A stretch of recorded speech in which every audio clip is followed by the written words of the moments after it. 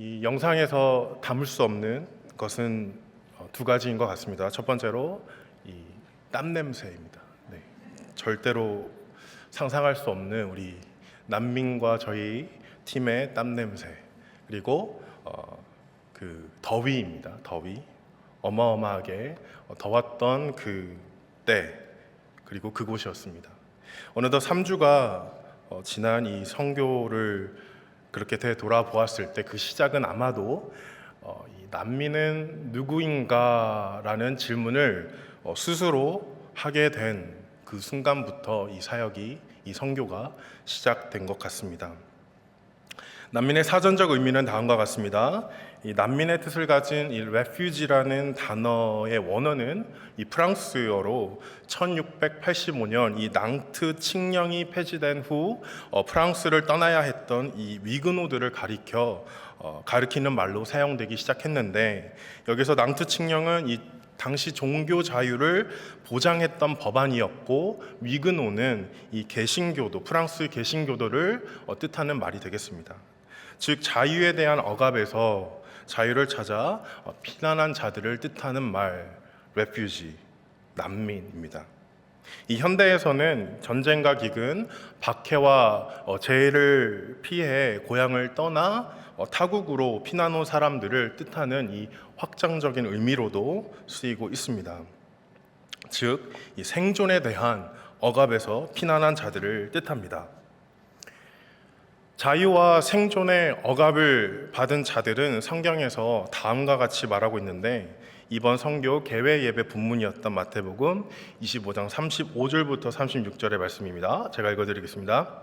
내가 줄일 때에 너희가 먹을 것을 주었고, 목마를 때 마시게 하였고, 나그네 되었을 때 영접하였고, 헐벗었을 때 옷을 입혔고, 병들었을 때 돌아보았고, 옥에 갇혔을 때 와서 보았느니라. 굶주린 자, 목마른 자, 헐벗은 자, 병들은 자, 옥 갇힌 자, 그리고 나그네 된 자들로 그들을 크게 두 부류로 나눠볼 수 있는데, 먼저 이 굶주린 자, 목마른 자, 헐벗은 자, 나그네 된 자들은 말 그대로 이 의식주의 위협을 받는 자들입니다. 병들은 자, 옥 갇힌 자, 또 다시 한번 소환되는 이 나그네 된 자는 자유함의 위협을 받는 자들로, 병들은 자는 이 상한 육신에, 옥 갇힌 자는 이 죄악된 육신에, 나그네 된 자는 스스로 만든 자유함에 갇힌 자들이 되겠습니다. 이렇게 이 난민에 대한 언어적 그리고 성경적 의미를 종합하여 보았을 때, 난민은 생존과 자유함의 억압을 받은 자들로 이해할 수 있겠습니다. 그러므로 이번 루이비 난미 선교는 단순한 봉사의 차원을 넘어서 참된 생존과 자유함을 복음으로 전하는 시간이자, 참된 생존과 자유함을 복음으로 전해야 되는 장소였습니다. 하나님의 정한 때, 정한 곳에서 예수 그리스도의 십자가와 빈 무덤에 사건이 나타났듯이 하나님의 이 적시적소에 나타나는 복음의 역사가 있었던 선교 사역이 되겠습니다. 켄터키 루이빌 땅에서 오랫동안 이 난민 사역을 감당해 오신 이 세안교회 담임 목사님께서는 선교 전 9개를 향하여 다음과 같이 선포하셨습니다. Right time, right place, right direction. 여름 한철 또 반복되는 선교 혹은 이 봉사 활동이 아닌 하나님의 섭리 가운데 세우시고 지키시고 사용하시는 이 교회와 그 교회들의 연합을 통해 이루시는 하나님의 정한 때, 정한 곳에서의 역사입니다. 그 역사를 성경은 한결같이 증명하는데, 오늘 본문에도 이와 같이 나타납니다. 26절, 27절 말씀입니다. 인류의 모든 족속을 한 혈통으로 만드사 온 땅에 살게 하시고 그들의 연대를 정하시며 거주의 한계를 한정하셨으니 이는 사람으로 혹 하나님을 더듬어 찾아 발견하게 하려 하심이로되 그는 우리 각 사람에게서 멀리 계시지 아니하도다. 당시 이 우상 공장으로 표현해도 모자를 이 아테네에서 수많은 신들을 만들고 스스로 만들고 섬기는 자들을 향한 이 바울의 변론이자 이 기초적인 신론이 되겠습니다. 멀리 계시지 않은 곳, 그곳은 어디일까요? 바로 하나님의 형상을 따라 지음받은 사람에게 남아있는 그 선하신 공유적 속성, 그리고 성삼위의 완벽한 일체를 따른 이 사람 간의 조화롭고 완벽한 연합이 되겠습니다. 그것이 바로 멀지 않은 가까운 곳으로, 그곳에서 더듬어 찾을 은혜가 있음에도 불구하고 먼 곳에 있는 세상의 것을 가져다 다듬어 우상을 찍어내는 인간의 악한 손입니다. 더듬는 손과 다듬는 손의 상반된 모습이 되겠습니다. 그 손에서 창출된 것이 무엇입니까? 바로 이 전쟁과 기근, 박해와 재해, 그리고 그로 인한 수많은 육적 그리고 영적 난민들입니다. 오늘 본문에서 바울은 그 손들을 향하여 이렇게 말합니다. 또 무엇이 부족한 것처럼 사람의 손으로 섬김을 받으시는 것이 아니니 이는 만민에게 생명과 호흡과 만물을 친히 주시는 이심이라. 정하신 연대와 한정하신 경계를 뛰어넘어 인류의 모든 족속의 한 혈통됨을 이 복음을 통하여 알게 하신 하나님의 역사가 되겠습니다. 그 역사가 성도를 통하여, 교회를 통하여, 그리고 이번 선교를 통하여 온전히 이루어짐을 믿습니다. 오늘 이 시간 저는 이번 이 루이빌 난민 선교 이 청소년 캠프 가운데 보여주신 하나님의 그 때와 그곳에 관하여, 그리고 이제 그 때와 그곳을 지나 나아가야 할 하나님께서 뜻하신 성도의 방향성을 두고 함께 은혜 나누기 원합니다.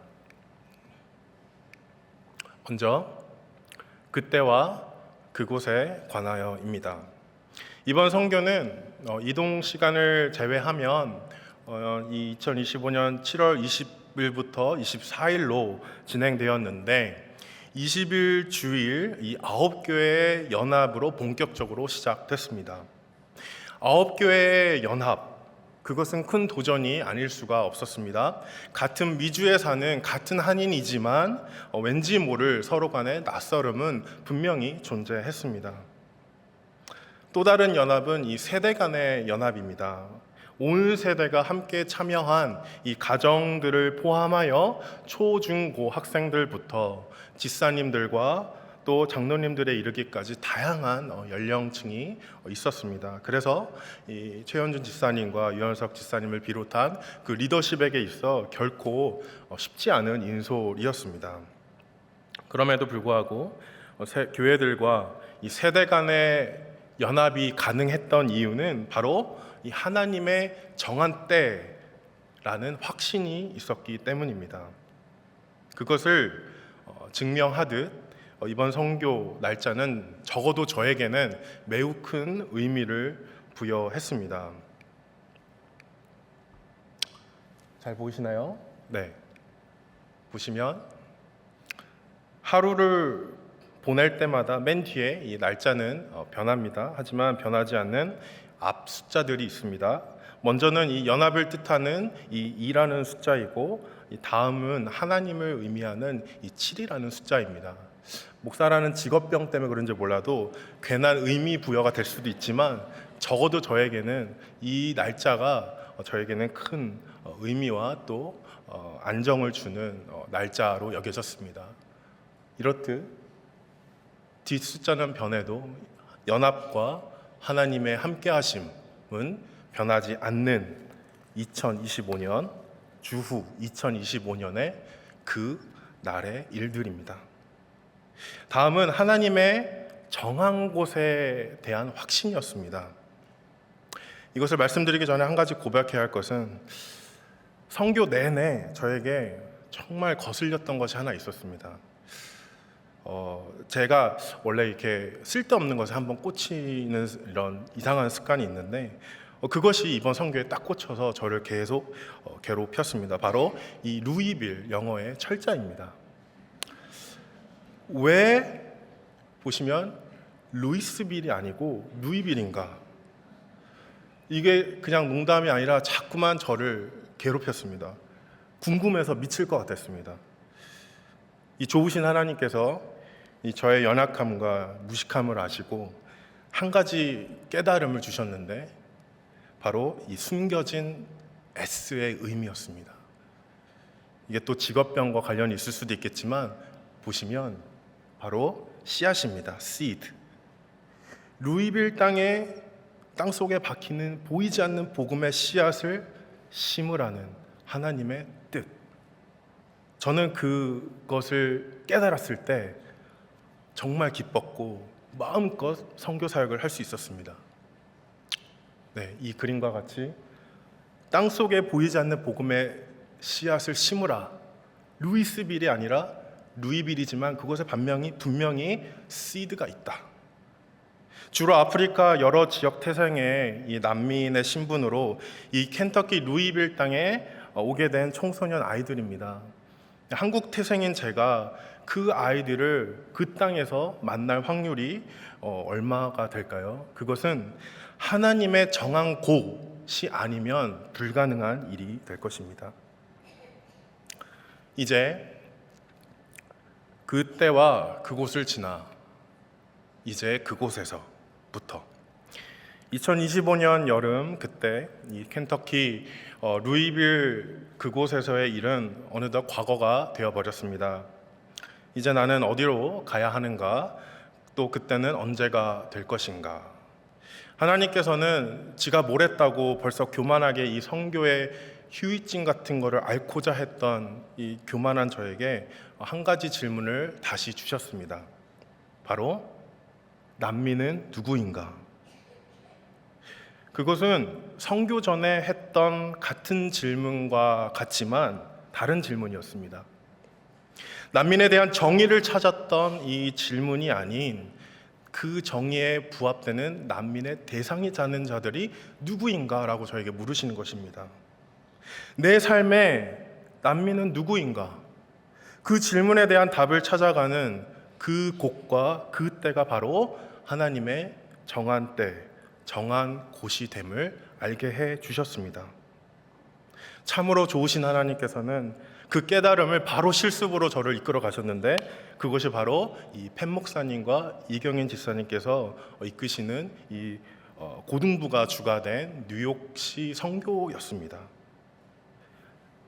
이 영상을 하나 보여드리기 전에 감사할 것은 이 사역에 선교에 참여할 수 있도록 허락해 주신 담임 목사님과 또 이 제가 빠짐으로써 이 새벽기도 로테이션이 한 번 더 올 수도 있음에도 불구하고 묵묵히 저를 또 이렇게 보내주신 우리 부목사님들께 감사드리고 또 8년 동안 묵묵히 이 선교 도시사역을 해 오신 그 이경인 집사님과 팬 목사님께서 저를 흔쾌히 그 팀의 일원으로 받아주심에 감사를 드리며 이 뉴욕시 미션을 제가 말이 아닌 영상으로 한번 보여드리기 원합니다.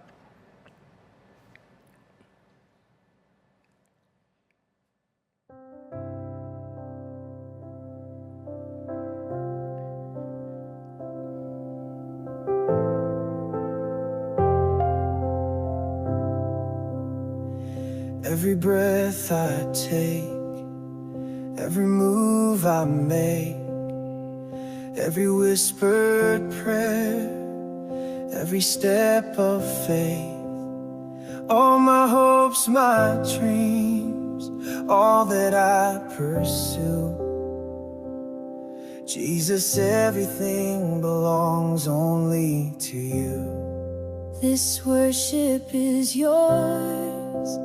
This song is yours. Every moment, every heartbeat pours out praise, out love, surrendered and true. My whole life is worship devoted to you. This worship is yours. This song is yours. Every heartbeat pours, every heartbeat pours, praise and love surrendered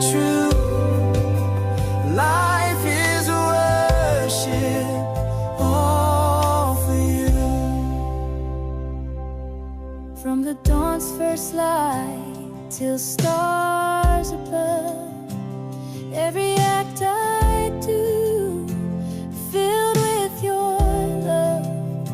Let my thoughts reflect only your grace. Everywhere I go, I'll see your face. This worship is yours. This song is yours. Every heartbeat pours. Every heartbeat pours. Our praise, our love, surrendered and true. My whole life is worship, devoted to you. So take my heart, take every part. I lay it down, a humble star. 네, 감사합니다. 루이빌 청소년 사역을 다녀온 이유가 바로 이 이유가 아닐까 싶습니다. 우리가 바라보는 열매가 무엇일까요?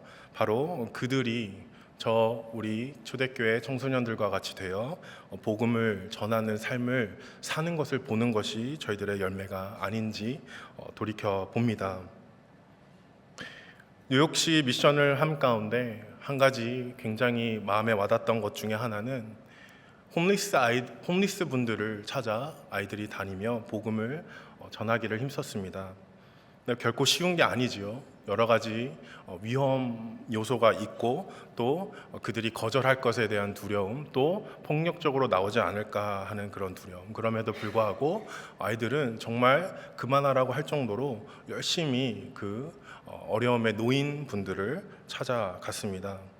근데 한 가지 재밌는 것은 아이들이 그렇게 복음을 전하기 위하여 어떠한 물품을 전하고 또 이 복음의 메시지를 전할 때 그들이 마음을 열고 아이들에게 자신이 알고 있는 하나님, 자신이 경험한 하나님, 자신이 현재 홈리스임에도 불구하고 찾고자 하는 하나님을 오히려 아이들에게 전한다라는 사실입니다.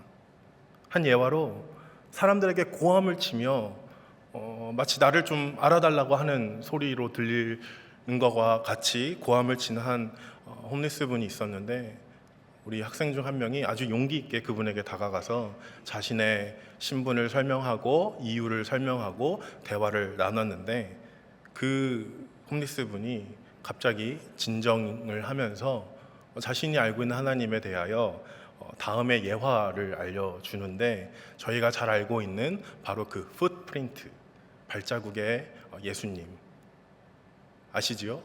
그 힘들 때 왜 예수님은 내 곁에 없었는가? 왜 발자국은 하나밖에 없었는가? 라며 하나님께 원망할 때 하나님께서 말씀하신 그것은 내 발자국이 아니라 나의 발자국이고 나는 그 당시 너를 업고 있었다 라는 그 예화를 영어로 홈리스 분이 아이들에게 말을 해주더라고요. 그래서 오히려 저희 아이들이 울고 은혜를 받고 하는 걸 보면서 선교란 어쩌면 그런 것이 아닐까 싶습니다. 오늘 말씀과 같이 먼 곳에 있는 것이 아니라 가까운 것, 내 안에 있는 것, 이미 내가 갖고 있는 하나님의 형상, 그리고 다른 사람들과의 이 복음적인 만남으로 다시 한번 깨닫게 되는 하나님의 사랑. 선교는 멀리 있는 자들에게 나아가서 봉사 활동을 할 수도 있지만 저희들의 삶 가운데 그리스도의 작은 사랑을 전할 때 이미 알고 있었던 자들은 다시 한번 그거를 깨닫게 되고, 또 새롭게 받아들인 자들은 그 삶이 새롭게 변화되는 역사를 경험하는 것이 바로 이 선교 사역의 열매가 아닐까 생각해 봅니다. 한 가지 사진을 보여드리기 원하는 것은 이 사진에서 무엇이 보이시는지 여쭤보고 싶습니다. 아이들이 둘이 있죠. 길거리를 걷고 있습니다. 제가 본 것은 아이들 뒤를 조용히 쫓아다니며 열심히 쫓아다닌 제가 본 것은 학생들이 평상시 대충 구겨 신고 다녔을 법한 그 신발의 끈이 꽉 조여져 있었다라는 것과 평상시 학용품과 책을 얼마나 많이 넣고 다녔으면 가방이 해지고 크게 이렇게 늘어난 가방에 이 성경책과 마실물과 홈리스 분들에게 나눠줄 물품을 아주 무겁게 가득 싣고 다니는 아이들의 책가방이었습니다. 같은 신발, 같은 가방이지만 그 사용에 따라서 저렇게 달리 보일 수 있는 것이었습니다. 심지어 나의 배고픔을 위하여 찾았던 어떤 KFC와 같은 이 패스트푸드점이 복음의 관점으로 사는 자에게는 또 다른 의미를 줄 수 있다라는 것, 바로 이 아이들이 Korean American Followers of Christ라고 저는 KFC라고 보고 싶습니다. 저희가 평범한 삶 속에서 복음을 가지고 살 때에 발견할 수 있는 새로운 것들, 무심코 지나쳤던 많은 것들이 사실은 하나님께서 예배하시고 저희들에게 주고자 하셨던 가까운, 더듬어 알 수 있는 하나님의 것들이었다는 사실입니다. 그러한 것을 발견하고 사는 사람들의 삶은 다음과 같습니다. 마태복음 25장 37절부터 39절 말씀입니다. 이에 의인들이 대답하여 이르되 주여 우리가 어느 때에 주께서 주린 것을 보고 음식을 대접하였으며 목마르신 것을 보고 마시게 하였나이까? 어느 때에 나그네 되신 것을 보고 영접하였으며 헐벗은 것을 보고 옷 입혔나이까? 어느 때에 병드신 것이나 옥에 갇힌 것을 보고 가서 배웠나이까 하리니. 진정한 의인은 자신이 의로운 행위가 전혀 새로운 것이 아닌, 특별한 것이 아닌 무의식 중에 자연스럽게 나오는 것으로 예수님께서 잘했다 칭찬하실 때에도 자기가 뭘 잘했는지 알 수 없었던 자들, 그 의인의 반응, 그 의인의 삶이 바로 선교적 삶과 같다라는 것입니다. 하나님의 정한 때와 정한 곳은 하나님의 이 나라와 의를 구하며 복음 들고 나아가는 자의 방향을 따라 결정된다라는 것. 즉 어디든 복음의 신을 신고 복음을 들고 다닐 수 있는 삶. 언제든 가난하고 헐벗고 갇힌 자들을 보면 흔쾌히 가방에서 복음을 꺼내 내어줄 수 있는 나의 평범한 삶. 바로 그것이 하나님이 정한 때, 하나님이 정한 곳이 됩니다. 그 곳을 따라 저희의 삶의 방향성이 늘 결정될 줄 믿습니다. 열방에 복이 되는 교회는 결국 내 삶과 내 가정과 사업체와 교회와 이웃을 지나 뻗쳐나갈 수 있음에 이 난민은 누구인가? 라는 질문이 오늘 저와 또 성도님들의 삶 가운데 온전히 다시 한번 질문되어지고 또 다시 온전히 답이 되어지기를 주님의 이름으로 축원드립니다.